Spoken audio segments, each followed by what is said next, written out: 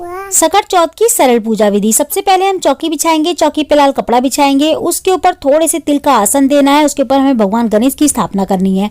फिर हमें देसी घी का दीपक जलाना है। उसके बाद हमें एक शुद्ध जल का लोटा लेना है और एक फूल में हमें जल लेके भावपूर्वक भगवान गणेश को स्नान कराना है। इसके बाद हम भगवान गणेश को मोली चढ़ाएंगे, मोली के साथ हम जनेऊ चढ़ाएंगे। जनेऊ नहीं मिलता तो 7 बार मोली को लपेट के आप जनेऊ के रूप में उसको चढ़ा सकते हैं। इसके बाद हम रोली और चंदन का तिलक करेंगे। फिर हम लाल रंग का भगवान गणेश को फूल चढ़ाएंगे। अगर लाल रंग का फूल आपको नहीं मिलता तो जो भी फूल मिले वो भगवान गणेश को जरूर चढ़ाएं।